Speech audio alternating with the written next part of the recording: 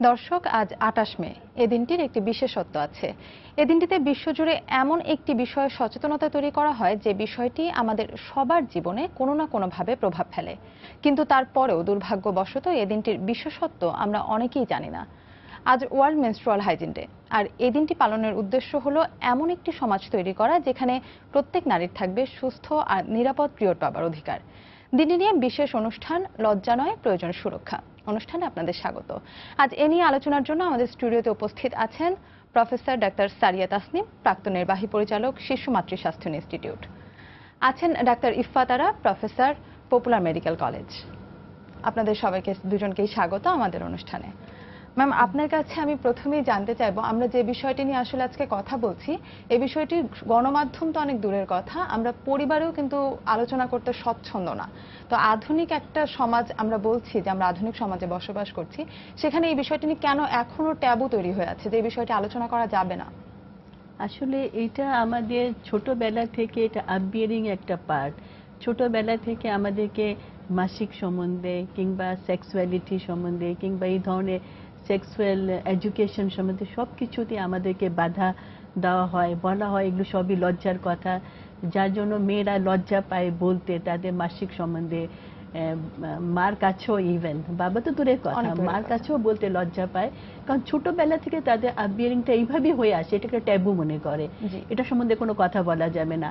আমি এরকমও দেখেছি ছোটবেলা, আমরা যখন খুবই ছোট ছিলাম, আশেপাশে অনেক মেয়েদের যাদের মাসিক আরম্ভ হলো, কান্নাকাটি করা স্টার্ট করে দিল। এটা কি হলো, হয়তো জানতোই না, ভাবলো হয়তো কোথাও কেটে গেছে, এটা মনে করে অনেকে কান্নাকাটি করে টরে, যাই হোক, পরে হয়তো বুঝছে যে এটা it's a part of growing up. এটা অনেকে জানতো না, এটা আমাদের আপব্রিঙ্গিং এর দোষ। আসলে আমাদের সমাজ ব্যবস্থাটাই মূলত এরকম। আপনার কাছে যদি একটু জানতে চাই একজন ডাক্তার হিসেবে, যে আসলে এই ধরনের সমস্যা এখন আমরা যারা শহরে, মানে তথাকথিত শহরে বাস করছি, তারা আসলে অনেক ধরনের সুযোগ সুবিধাই কিন্তু পাচ্ছি, কিন্তু যারা গ্রামে বসবাস করছেন তারা কিন্তু এখনো অপরিচ্ছন্ন বা ওরকম পরিবেশে বসবাস করছেন। তারা কি ধরনের স্বাস্থ্যগত ঝুঁকির মধ্যে আছেন সেসব নারীরা? আসলে যেটা আপনি প্রথমে বললেন না, যে শহরে যারা আছে তারা, আমরা মনে করছি যে তারা হয়তো অনেক রকম ইনফরমেশন বা তথ্য পেয়ে যাচ্ছে, কিন্তু কার্যত সেটা কিন্তু নয়। মানে শহরের একটা মেয়েও কিন্তু এই বিষয়ে, একটা মেয়ে তার মাসিক না হওয়া পর্যন্ত কিন্তু মাসিক সম্পর্কে জানে না, মানে তাকে জানানো হয় না। কিন্তু মাসিক তো হচ্ছে একটা খুবই স্বাভাবিক প্রক্রিয়া, এবং একটা মেয়ের জীবনে এটা সবচেয়ে গুরুত্বপূর্ণ একটা লাইফ ইভেন্ট বলা যেতে পারে। তার মানে যখন তার মাসিক হচ্ছে, সে তখন প্রজননক্ষম হয়েছে। হ্যাঁ, তাহলে তার এই মাসিকের সাথে সম্পর্কিত যে সচেতনতা বা যে সাবধানতা তার অবলম্বন করা দরকার, সেটা কিন্তু তার আগে থেকে মানে জানানো দরকার। হ্যাঁ, তো সেটা যেমন গ্রামে সুযোগটা সীমিত, শহরেও কিন্তু একই রকম। তবে বলা যেতে পারে যে শহরের চাইতে হয়তো গ্রামে এটা রেস্ট্রিকশনটা আরো বেশি। যেমন একটা সহজ কথা হলো যে মাসিক হবে, রক্তস্রাব হবে, কাজে সেটার জন্য তো একটা প্রোটেকশন নেবে, তাই না, একটা কাপড় নেবে। তো বলা হবে যে এটা তো কেউ যেন না জানতে পারে মেয়েটার মাসিক হয়েছে, কাজের জন্য ওই যে কাপড়টা সবাই হয়তো স্যানিটারি প্যাড শহরে ব্যবহার করছে, গ্রামে করছে না। স্যানিটারি প্যাড ব্যবহার করতেই হবে এমন নয়, কিন্তু সেটা একটা পরিষ্কার কাপড় ব্যবহার করবে, এবং কাপড়টা পরিষ্কার করে ধোবে, রোদে শুকিয়ে নেবে, যাতে সেটাতে রোগ জীবাণু না থাকে। তো এই কথাটা তাকে কে শিখিয়ে দেবে? তার মা শেখাবে, অথবা তার বোন শেখাবে, যে কিনা জানেন কেন এটা দরকার। হ্যাঁ, আবার অনেক রকম কিছু রেস্ট্রিকশন আছে। যেমন একটা, আমরা তো অনেক সময় দেখি যেটা স্কুলে বাচ্চা, মানে মেয়ে একটা হয়তো আসলো না, কেন? তার মাসিক হয়েছে, সে কাপড় চোপড় নষ্ট করে ফেলবে বা ব্যথা হচ্ছে, এরকম, এই জন্য সে স্কুল থেকে অ্যাবসেন্ট থাকছে। তাতে কিন্তু সে অনেক সময় একাডেমিক যে অ্যাচিভমেন্ট, সেটা থেকে কিন্তু পেছনে পড়ে যায়। এটা গ্রামের স্কুলেও, মানে শহরের স্কুলেও। তাহলে এগুলো কিন্তু আমাদের সচেতনতাটা খুবই দরকার। আরেকটা বিষয় যেটা, যে স্যানিটারি ন্যাপকিনের কথা যেটা বললেন, সেটা হচ্ছে যে আমরা কিন্তু শহরেও দেখা যায় যে শহরে যেহেতু নিয়ন্ত্রণটা বেশিরভাগ ক্ষেত্রে বাবার কাছে থাকে, সেহেতু দেখা যায় যে অনেক সময় অনেক মেয়ে কিন্তু বলতেও পারে না বাবাকে যে তার প্রয়োজন। তো এই বিষয়ে কিন্তু সচেতনতাটা আসলে দরকার। হ্যাঁ, অবশ্যই, মানে পরিবারের দরকার। এটা শুধু মানে মায়ের সঙ্গে না, ইভেন বাবাও যেন খোলাখুলি আলোচনা করতে পারে এই বিষয়ে। নিশ্চয়ই। আপনারা এই বিষয়ে আসলে কি মানে কোন ধরনের পদক্ষেপ বা কোনো কাজ করছেন? কাজ তো আসলে অনেক করার আছে। অনেকই কাজ করার আছে। আমাদের জি। প্রাইভেট চেম্বারে যারা আসে জি। তাদেরকে কিন্তু আমরা চাই যে তাদের গার্জিয়ানদেরকে বলার জন্য যে আপনারা জানবেন কোনটা স্বাভাবিক মাসিক। হ্যাঁ, মানে মাসিকের সময় যে স্বাস্থ্যগত যে ঝুঁকি সেটা এড়িয়ে চলা যেমন একটা বিষয়, আবার ঠিক মাসিকটা আসলে তার স্বাভাবিক না অস্বাভাবিক সেটা জানাও কিন্তু দরকার আছে। মানে একটা মাসিক কতদিন পরে পরে হবে, কতদিন থাকবে, তাই না? সাধারণত 28 দিন বা 30 দিন পরে পরে হবে, 7 দিন থাকবে। রক্তস্রাব কি পরিমাণ হবে? আমরা বলি যে 80 ml এর মতন। কারো যদি খুব বেশি রক্তস্রাব হয় তাহলে কিন্তু তাকে ডাক্তারের পরামর্শ নিতে হবে। আমরা অনেক সময় দেখি যে একদম মানে রক্ত যেতে যেতে রক্ত দেওয়ার অবস্থাতে সে আসলো, তার হিমোগ্লোবিন কমতে কমতে হয়তো 6-এ নেমে গেছে। সেটা কেন? কারণ সে ওই যে লজ্জায় বলতে পারেনি। কিন্তু এটা তো তার স্বাভাবিক ব্যাপার, সে কেন লজ্জা পাবে? কাজে তার এই যে লজ্জার যে একটা আগুল, এটা কিন্তু ভেঙে দিতে হবে। এটার জন্য পরিবারের যেমন সবার মানে এগিয়ে আসতে হবে, ঠিক সেরকম আমরা যারা স্বাস্থ্য সেবা দেই আমাদেরও কিন্তু কিছুটা এখানে দায়িত্ব আছে, কিছুটা না অনেকখানি। এবং যারা স্কুলে মানে টিচাররা আছেন তাদেরও কিন্তু একটা বড় দায়িত্ব আছে। আপনার কাছে যদি একটু জানতে চাই, আমাদের স্কুল লেভেলে যখন পড়াশোনা হয় তখন কিন্তু এই বিষয়ে কিছু কথা থাকে বিভিন্ন বইয়ে, কিন্তু দেখা যায় যে টিচাররা সেটা অ্যাভয়েড করে যান বা পড়ান না। এক্ষেত্রে যদি সেটা কম্বাইন্ড স্কুল হয় সেক্ষেত্রে বিষয়টা আরো বেশি প্রবল হয়ে যায়। কিন্তু এই বিষয়টা কেন? এটা আসলে আমরা আসলে বলছি স্বাভাবিক, কিন্তু এটা আসলে টিচারদের মধ্যেও সচেতনতা সৃষ্টির বিষয় তো চলেই আসছে, যে তাদের কোনো প্রশিক্ষণ বা এই বিষয়ে মানে আমাদের যৌন শিক্ষা কার্যক্রম যেটা বলছি এই বিষয়ে আসলে কাজ করার কি কি আছে যদি একটু আসলে বলতেন। এটা স্কুলে একটা সেক্স এডুকেশন কিংবা মেনস্ট্রুয়াল এডুকেশন, এগুলো সমস্ত এডুকেশন সম্বন্ধে একটা প্রোগ্রাম থাকা উচিত। এই প্রোগ্রামটা স্ট্রাকচার থাকবে এবং টিচার্সদের দরকার পড়লে টিচারদেরকে আমরা হয়তো টাইম টু টাইম ওদের যেমন টিচার্স ট্রেনিং হয় ওরকম টিচার্স ট্রেনিং এর মাধ্যমে ওদেরকেও শেখাতে হবে যে এগুলো যেন ওরা খুব confidently without any hesitation without any হয়তো নিজেরা যেটা আনইজি হয়তো অনেকে ফিল করে জিনিসটা কাটায় উঠতে হবে। ট্রেনিং এর মাধ্যমে বারবার ওরা বলবে, তখনই একটা স্ট্রাকচার ট্রেনিং প্রোগ্রাম চললে প্রত্যেকটা টিচার একই ওয়ার্ডস একই সুরে একই তথ্য সবাইকে দিবে। আলটিমেটলি স্টুডেন্টসরাও জানবে যে এটা আমাদের লজ্জার কিছু নাই, এটা একটা পার্ট অফ গ্রোয়িং আপ, এটা একটা স্বাভাবিক প্রক্রিয়া যেটা ন্যাচারাল তরফ থেকে আসতেছে এবং এটা কিভাবে মেনটেন করতে হবে হাইজিন, প্রপার হাইজিন। কারণ এই সময়টা খুবই ভালনারেবল, যখন মাসিক হয় তখন মাসিকের সময় যেহেতু একটা মেনস্ট্রুয়াল ব্লাড, এই সময় ভেজাইনাল পিএইচ যেটাকে যাই এক ধরনের একটা এনভায়রনমেন্ট ক্রিয়েট হয় যেখানে ইনফেকশন বেশি হতে পারে।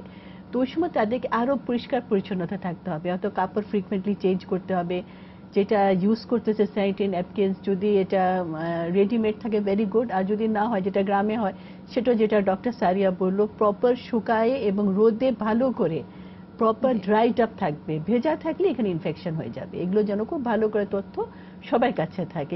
এগুলো টিচার্সের দায়িত্ব যেমন তেমন পরিবারেরও দায়িত্ব, ইভেন বাবারও দায়িত্ব। হয়তো মা তো বলবেই কিন্তু বাবাদেরও এগিয়ে আসতে হবে, এই সমস্ত সবাইকে এটা জানতে হবে। আমরা অনেক সময় দেখে থাকি আসলে বাচ্চা কাচ্চা বাবার কাছে তো অনেক দূরের কথা, মায়ের কাছেও কিন্তু স্বাভাবিকভাবে বলতে পারছে না বিষয়টা, বা সে কেন স্কুলে যেতে চাচ্ছে না, বা তার কেন হয়তো বন্ধু বান্ধব টিজ করছে।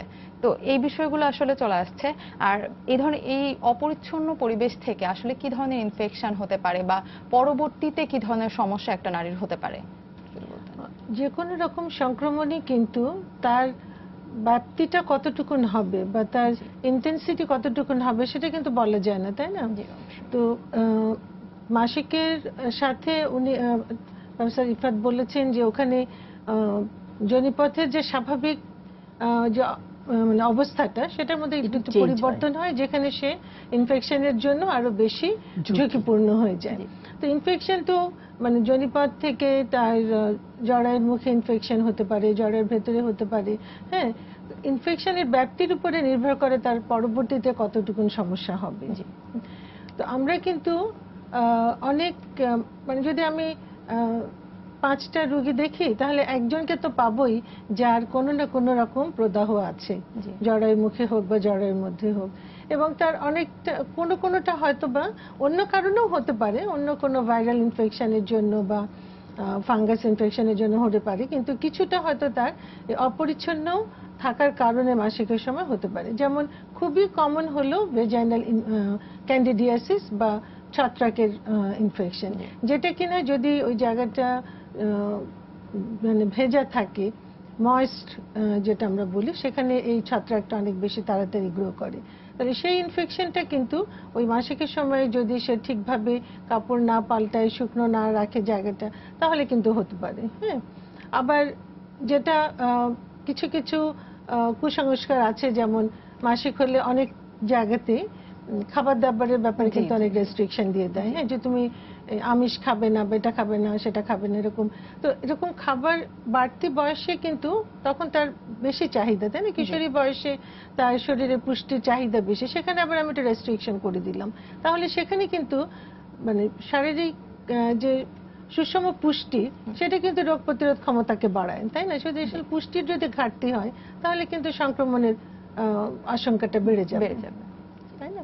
আপনি যদি আপনার অভিজ্ঞতা থেকে একটু জানতে চাই যে যখন কোনো নারী বা কোনো মেয়ে কিশোরী বয়সী তারা কোনো সমস্যা নিয়ে আসেন, সেক্ষেত্রে কি তার মানে কখনো কিরকম হয়েছে যে বাবা সঙ্গে নিয়ে এসেছেন, বা দেখা যায় যে আমি যদি বড় বয়সের কথাই বলি, বিয়ের পরে স্বামীর সঙ্গে এসেছেন বা খুব স্বাভাবিকভাবে কথা বলতে পারছেন, এমন কি মানে হয়? আসলে আমার কাছে মনে হয় বিষয়টা খুবই মানুষ গোপনে চলে আসতে চায় বা মনে করে তার খুবই বড় কিছু হয়ে গেছে যেটা কাউকে বলা যাবে না। মাসিক সংক্রান্ত কোনো সমস্যা যদি থাকে কিশোরী মেয়ের, সেটা বাবা যদি সঙ্গে আসেও, বাবা কখনো কথা বলতে আসেন না। কিন্তু যদি না আমরা ডেকে কখনো, যেমন আমি বললাম যে খুব সিভিয়ার ক্ষেত্রে যখন ব্লাড ট্রান্সফিউশন লাগবে, ডেকে বললাম বাবাকে, কিন্তু আসছেন না, মা হয়তো নিয়ে আসেন। আর বিয়ের পরে হয়তো স্বামী আসেন। সাধারণত মাসিক সংক্রান্ত যে সমস্যাগুলো, এগুলো কিশোরী বয়সে একরকম সমস্যা, আর হ্যাঁ মানে বিয়ের পরে তখন হয়তো প্রেগন্যান্সি রিলেটেড কমপ্লিকেশনস থাকে, তো সেগুলো হয়তো তখন শুনতে চান বা ইয়ে। কিন্তু স্বাভাবিকভাবে যে মাসিকের অনেক কিছু রকম প্রবলেম বা কোনো একটা ইনফেকশন হয়েছে, সেটা কেন হলো, এগুলো সরাসরি আসলে বেশিরভাগ ক্ষেত্রে কিন্তু স্বামীরাও শুনতে চান না। মানে একটা বাধা আছে। আবার অনেক সময় হয়তো আমরাও খুব কমফোর্ট ফিল করি না, মানে যেমন টিচাররা বইতে আছে লেখা মাসিক সম্পর্কে, টিচার বলে দিবেন এটা বাসায় পড়ে নিও, তাই কিন্তু হয়, তাই না?